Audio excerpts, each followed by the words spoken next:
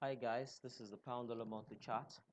This week is really going to be a big week for the pound dollar as Theresa May decides to trigger Article 50, which begins the official process of the UK exiting the European region. Clearly on the chart, I'm already saying bullish action, some bullish action, some bullish price action. As you said, the market resisting or rejecting from the lows of last year. We are seeing the market forming what we call higher lows. This low is higher than that low. Sorry, just a minute, guys. Yeah, and then this low is also higher than this low. So we have higher lows. Yeah. Now what we want to see is a series of higher highs for us to actually say an uptrend has resumed. Nevertheless, right now the market is consolidating, moving into the range, as you can see, into a triangular range, meaning the market is actually preparing for a breakout. Okay, let's narrow it down to the lower time frame, and there you go. That's it there. Could as well pick this from here to that point. Uh, let's see. Okay, not really a bad one. I think what I'll do is just to have to construction. That makes more sense that way. Okay, yeah. Now, so like I was saying, so basically the bottom line is to look out for today. I mean, this is a new trading week here, so we want to see what the market really has in store for us today. Now this is a very critical zone, which is the 1 to 500 area.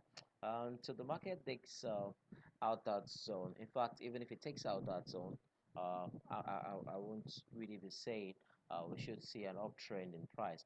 Okay, now basically this is what I want to see. Now that is the highest high that the market ever attained on the pound dollar. Remember, this is article 50 week. We expect to see some volatile reaction on the British pound. For me, if you ask me, the worst is over already.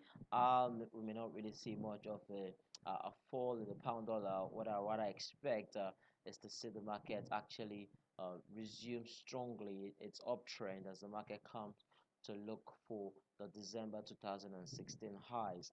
Okay, now just to move into what we have for today. As you can see, the market has clearly taken out a major zone where the market found resistance around that area. The market right now is pushing into the 1 to 500 area. What I want to see is I want to see the market find resistance around here. I mean, that was the November 4th 2016 high, 4th of November 2016 high. I want to see the market find some kind of resistance around that area and then see rejection back into that zone. So what I will be looking at, let's narrow it down to the lower time frame. What I will be looking at is if this point doesn't give way, as you can see, we are already seeing some bit of rejection. So what I'll be looking for is, of course, no trades around this area for me. I would rather look for a trading opportunity around this area or a break of the 1 to 4718 area. So the 1 to 500 area is a no for me. Not like it's not a good point to trade, but I need something that has a higher probability of turning price around, and where I'm looking at will be a clear break of this point for me to go long, which right now I don't see the market going long. Whether I see a short trade setting up on the pound dollar or a break beneath this point, which should initiate for me a short trade to the downside. So basically those are the two zones which I'll be looking at. For me, this is not a bad point to go short if you can take the risk up to that point.